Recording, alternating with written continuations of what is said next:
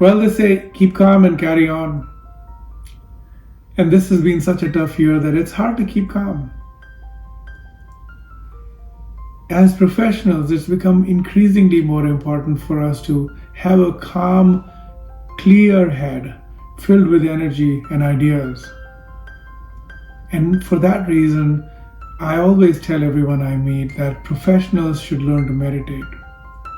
I'd like to invite you to join me for 12 days of meditation where I'll teach you what meditation is, how to sit for meditation, how to build your daily routine, and how to set yourself up for long-term success with meditation.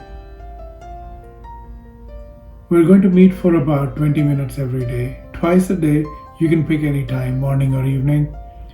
And I'll tell you a little bit about meditation, and then we'll sit.